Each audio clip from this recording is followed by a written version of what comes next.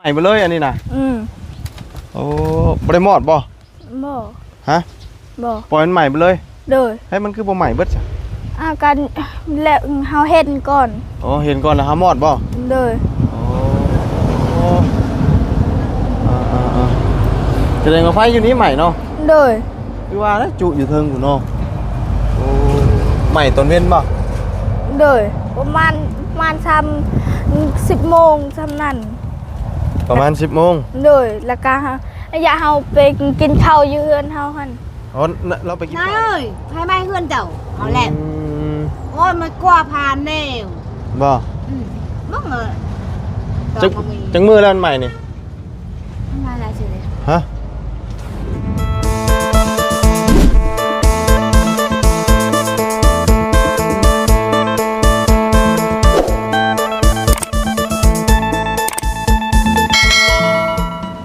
เอาพี่น้องเอ้ยเนาะ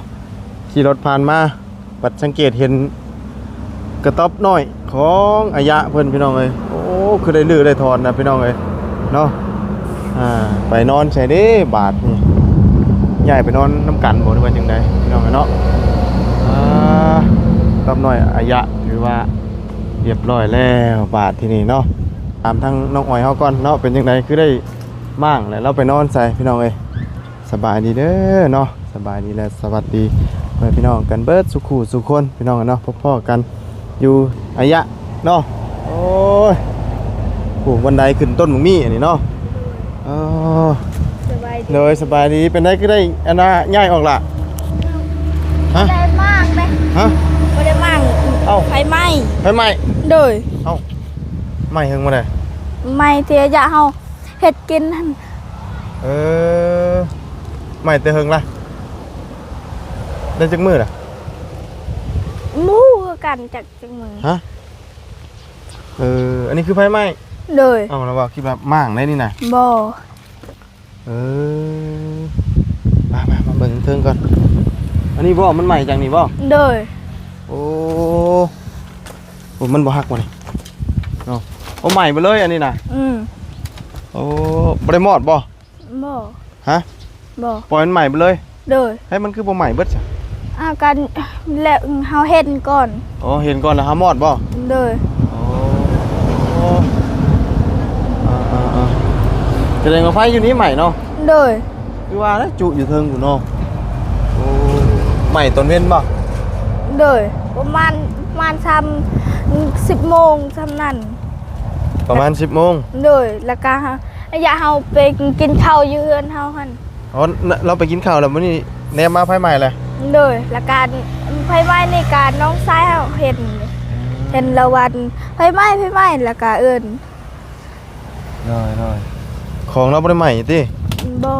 อ๋อมันหากระใหม่ขึ้นหลังคาซื่อเด้อแล้วเฮาเห็นแล้วก็ขึ้นมันใหม่นี่แล้วหมอดทันเนาะเด้ออันนี้คือหมอดทันก่อนเนาะเราย้ายลงนอนน้ำกันแล้วบ่นี่เด้อพุ่นอย่านอนอยู่บนหั่นนอนอยู่นอกกันบ่เด้อไปพุ่นกันถามแล้วก่อนพี่น้องเป็นจังไดเอ้ยเนาะโอ้ได้ใหญ่ไปพุ่นคิดว่ามั่างได้นะบ่คือว่ามั่างได้นี่น่ะบ่อันนี้คือบ่ได้มั่างติเด้อไผใหม่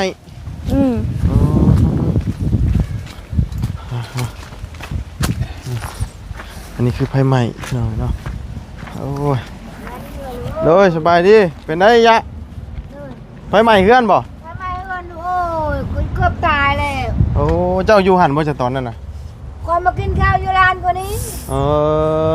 มาร้านชายก็หันนายเอ้ยไฟไหม้เฮือนเจ้าเอาแหละโอ้ยมันกว่าผ่านแน่บ่มึงเลยจังมือแล้วใหม่นี่มาแล้วสิเลยฮะช้ามื้อนี่เนาะลัง3 มื้อนี้บ่แล้ววันเถอะใหม่เต็มมื้อได้ซะวันคือกันลืมแล้ว เลยวันเช้าวันเสาร์มื้อนี้วันค้านมื้อนี้เนาะมื้อวันเช้าเสาร์อาทิตย์จันทร์ค้าน4 มื้อนี้เนาะ วันนี้จะนอนนี่บ่วันนี้น่ะ นอนนี่แหละ นอนนี่เนาะอืม แล้วทางให้ไหนให้ลูกปกให้เพื่อนวันนี้ มาสิตั้งหม่องได้บัดนี้ ดังวันนี้แหละดูโอ้ บนปลูนี่บ่ อืม แต่ว่าหาตัดใหม่ๆเด้เนาะ โดย ไม้แล้วไหนไม้ ใหม่อันนี้เด้อ อืม อ๋อ เอาไม้เก่าเลยก็ได้แล้ว โดยไม่เก่าไม่หยังนะม่างออกมาตัวใดมันได้เนาะ โดย คิดว่าม่างลงมาปุ๊กอยู่พี่ได้ อืม อ๋อ โอ้ยได้ลูกคนมากเลย เออ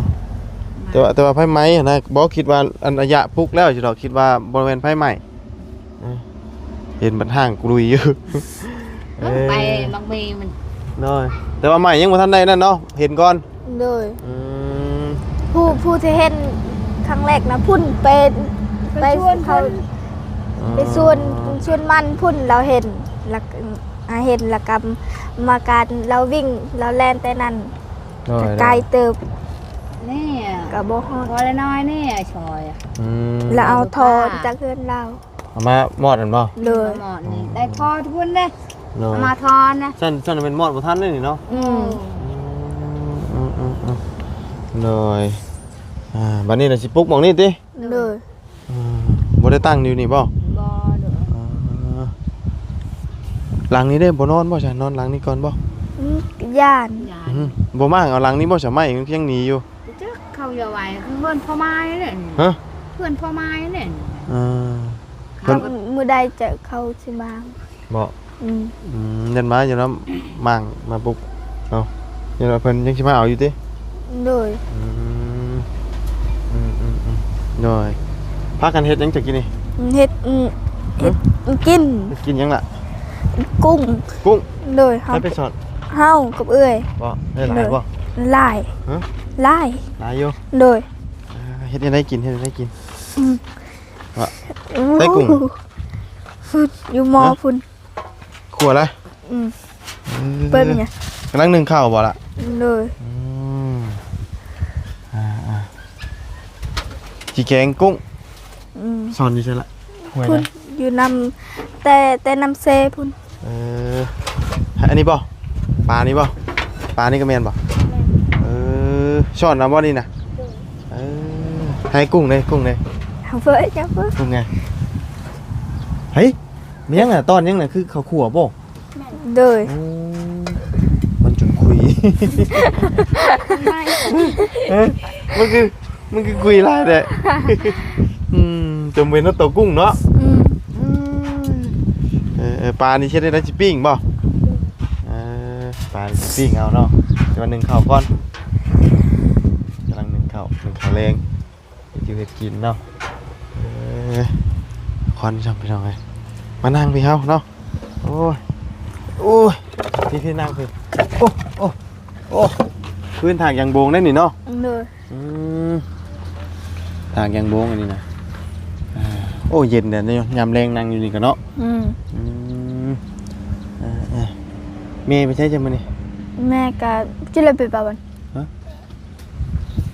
แล้วไปใช่ อยู่เพื่อน เพื่อน เลยหากาเมื่อแต่ทางให้ ยังบ่เล่บ่ ย่าง ยังอีกหึงบ่สิแล้ว บู้คือกันบางเทื่อกาวันพุธวันพฤหัสนี่แหละสิแล้ว ทางลายดีนะ กับบ่หลาย หือ การซ้ำปีกายนี่แหละ บอลเก่าแล้วอ่ะ บ่ คนละบอล อืม ทางอันใหม่เลยเหรอวะบ่ได้ทางอันตัวเก่าที่ โด ตัวย แบบต้นไม้หลายๆเลย อืมทางถึงนาซาวกันนาซาวทางแต่กี้พุ่นหลายปีละกันเฮาก็มาทางคอนำนาซาวแล้วก็มาทางปีนี้ ได้ทางปีนี้ เลย ปลูกข้าวเอาเพื่อนอายะไผไหม้เนาะ เลย เราจุไฟหนึ่งเข่าแม่นบ่ บ่เราเฮ็ดกิน เฮ็ดกิน เลย เฮ็ดกินแล้วบัดนี้มากินข้าวอยู่พี่ อืม เนมไปไผวูเลยเนาะ เลย มันล่มมาจังมื้อน่ะบ่ ลมแห้งมื้อนั้น ยังดีได้ยังหมดทันเนาะ อืม เขาหมดทันโอ้ปิวใหม่นั่น เสื้อผ้ากับบ่มีเลย อันนี้ยังดีเอาทันบ่เสื้อผ้าเราทันอยู่ เล ติ ยทัน อุปกรณ์เสื้อผ้าเราอันพอได้ใส่กันถือว่าทันเบิดอยู่เนาะ เลย เพราะว่า มันเห็นใหม่หากใหม่หลังคาหน่อยนึงเป็นหญ้าเนาะ แล้วเอาผ้าห่มที่นาบ่าวให้มื้อนั้นละกันผ้าห่มตัวน้อยๆแล้วก็เกือบ เกือบบ่ทันบ่ เลยละกันกันหมดไฟแล้วกันทุงยางหั่น ฉันน่ะมันไหมบนหน้าเครื่องนุ่งของเรา เพราะว่าหญ้ามันสิไหมไว้อยู่แล้วหญ้าน่ะ เลย มันบ่คือสังกะสีได้เพราะว่ามันมีแต่หญ้าเนาะคำว่ายามเรานอนบ่แฮงนะยังดีแต่ว่าตอนเว้นเนาะ เลย เฮ็ดกินแล้วมากินข้าวอยู่พี่เนาะคิดว่าย้ายลงมาพี่ได้แล้วว่าแนมมาเอ้าคือมากว่ะก็เลยว่าเอ้ามาถามเบิ่งก่อนว่าคิดว่าย้ายลงมาปลูกพี่คิดว่าเจ้าของที่เพิ่นอันว่าให้ย้าย บ่ เนาะแต่ว่าบ่แม่นเนาะ เลย อ๋อถือว่าไฟไหม้เนาะมันลมด้วยพี่น้องเอ้ยเพราะว่าส่วนหลายคนทั้งนี้แหละสิมักจุไฟอยู่เทั้งเฮือนแบบน้อยๆก็จุเนาะ เลย เพื่อนแบบว่าชิน้อยชำไรก็ยาแต่ว่าสิจุไฟอยู่เทิงเพื่อนน่ะมันจะอันตรายอยู่เพราะว่าเฮาดังไฟอยู่เทิงเด้เพราะว่าเวลาลมมาน่ะมันไหม้ง่ายเฮาดังไฟอยู่เทิงน่ะจุไฟอยู่เทิงมันบ่ได้แยกเฮือนครัวเด้อันนี้ใครอยู่นี่เฮาจุแยกนี่เนาะ เลย ตัวนี้คือแยกเฮือนครัวนี่แต่ว่าอันว่าสิต่อมากันยังบ่ได้ต่อเนาะ เลย ถ้าทางให้ทางอย่างเดียวเนาะยังสิได้เฮ็ดต่อทางให้ทางสวนได้ยามนี่จังน้อยก็จูดได้นี่เนาะ เลย บ่ได้เฮิงนี่หาจูดให้จูดสวน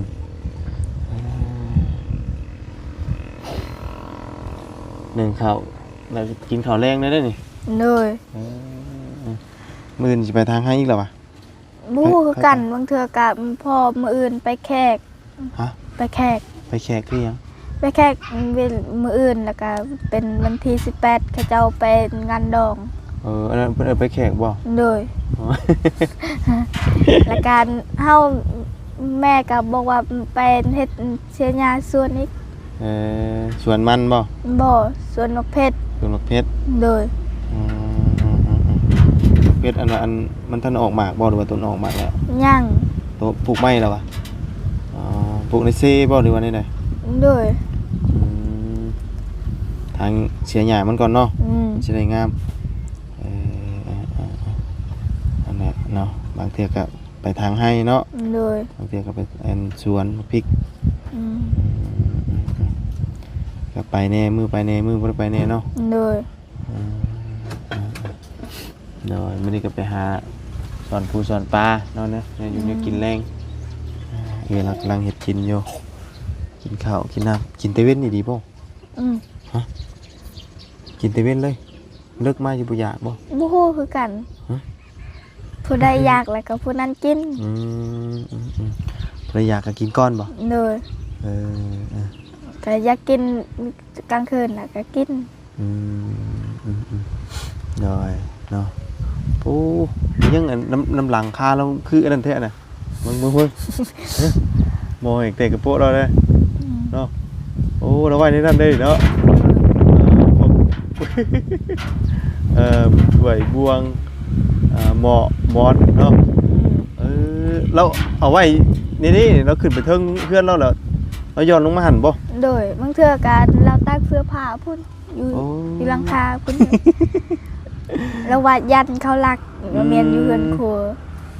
หมอนบ่ โดยพุ่นอยู่ห้องน้ำก็เขาแซ่เข้าห้องน้ำหั่น ล่มเราสิบ่ปิวอันน่ะอันตกบ่เนาะไว้บัดน่ะล้างของน้ำเลยเมียเราเศร้าแหละเนาะเมียเราเนาะ โดย เจ้าก็อยู่ว่ามืออันเราเจ็บแห้ง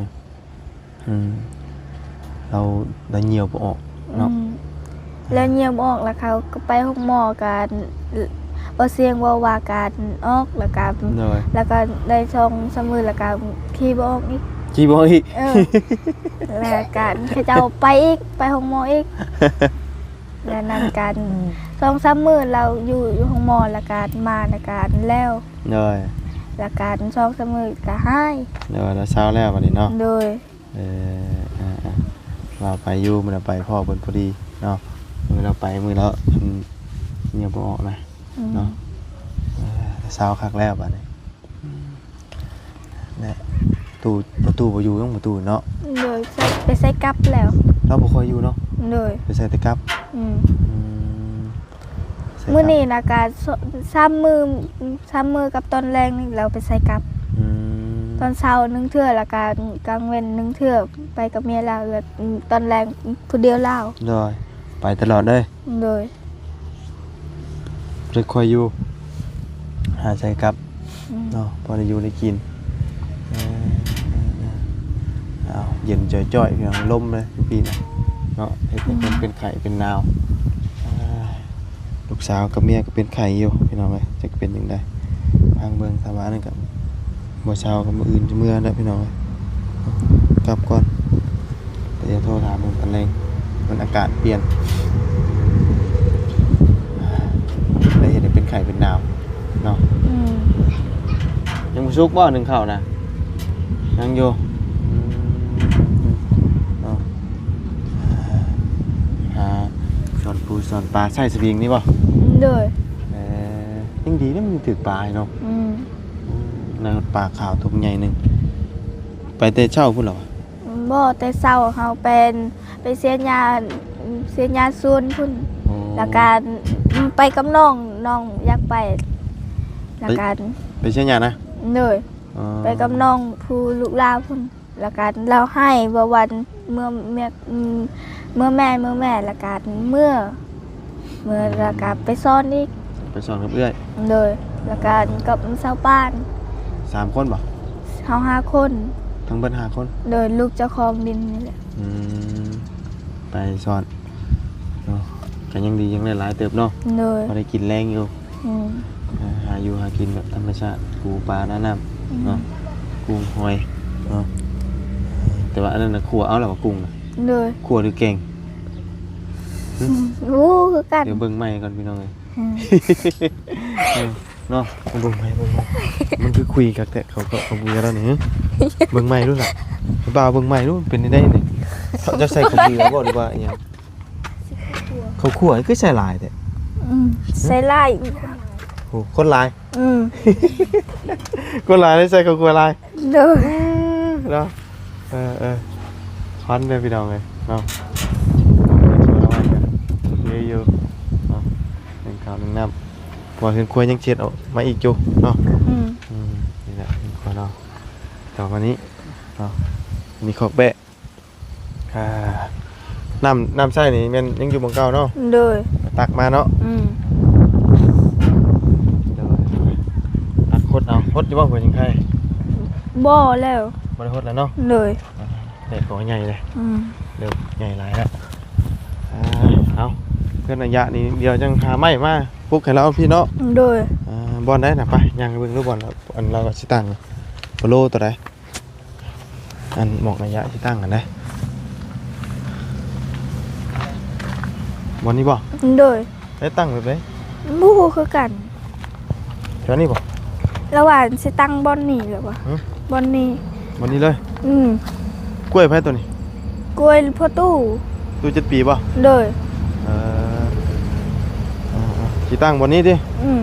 บางเทื่อการบอนนี้เลย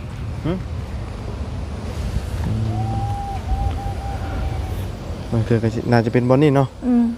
ตั้งไฟใหม่แล้วก็สิปลุกใหม่แบบนี้เนาะอันนั้นกล้วยของเจ้าตัวนี้เนาะ โดย ตัวนี้ของตู้7 ปีตัวนี้ อืม เดี๋ยวก็ได้ต้องมาได้ในทางนี้เนาะไปจ้ะไปรถพุ่นหาข้าวต้มขนมตอนไปหยับระยะก่อนเนาะพอดีเห็นเพื่อนระยะเพื่อนห้างเนาะเลยแวะถามข้าว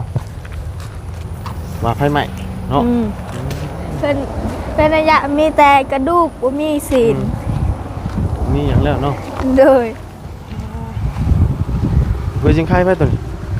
ห้องประตู มันแมนหัวจิงไข่นั่นอยู่บ่น เขาบ่ได้กิน โอ้คนละหัวจิงไข่เนาะตัวนี้เขาเรียกนะหัวจิงไข่เครื่องเพิ่นสิมักใส่อบใช่ไหม อืม จิงไข่เครื่อง แล้วพี่น้องเอ้ยอย่าเราเกินหน่อยเราไฟใหม่เนาะ ไฟใหม่เรียบร้อยโอ้มีตัวใหญ่ยังทันแก่ป่ะ เลย หมามันแก่แล้วว่าหมาเทิง ยัง ยังบ่ เลย แก่สุกเชฟเลยหวานเนาะ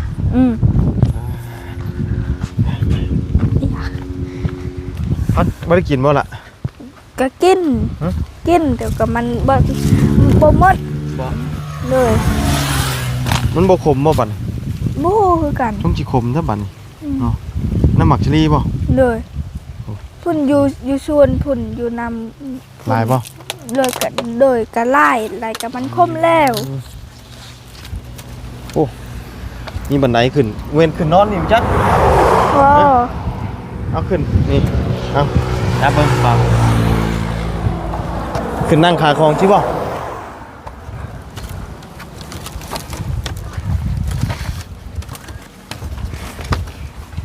น้ำไม่เด้อน้ำไม่เด้อ โอ้กระตูบน้อยเนาะอันนี้มันเป็นบันไดกาวระยะยักษ์บ่ เลย โอ้โอ้หยุดใหม่ได้นี่เนาะคักดีบัดนี้แต่ว่ามันต่ำอันนี้เป็นธรรมดาอันนี้พี่น้อง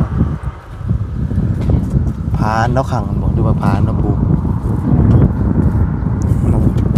มองมันว่าขายแล้ววางกล้วยบ่มองนี่นะ เลยช่วงนี้กล้วยบ่ได้แก้ โอเค เลย โอ้เน่นดีแล้วบัดนี้ อืม เนาะเวลาห่อนๆนี่เฮงนั่นเด่น ปึ๊บมาหาขนมกันเอาไงมันยังท่านเป็นเนาะ เลย อึ๊บอึ๊บอึ๊บขนมเอา ขอบใจ กินเด้อเอามาเยี่ยมมายามเนาะโดนเทื่อนั่งเลยมานี่แหละแวะถามข้าวทางเงินอายะเนาะ เลย หรือว่าไพ่ไหมบ้าฉันเนาะมีแต่มือหนามือได้หรือว่าจีเยี่ยมยามถามข้าวใหม่เด้อ เลย ดีมีแห้ง เลย สบายดีละเลยเนาะไป เจ้า เลย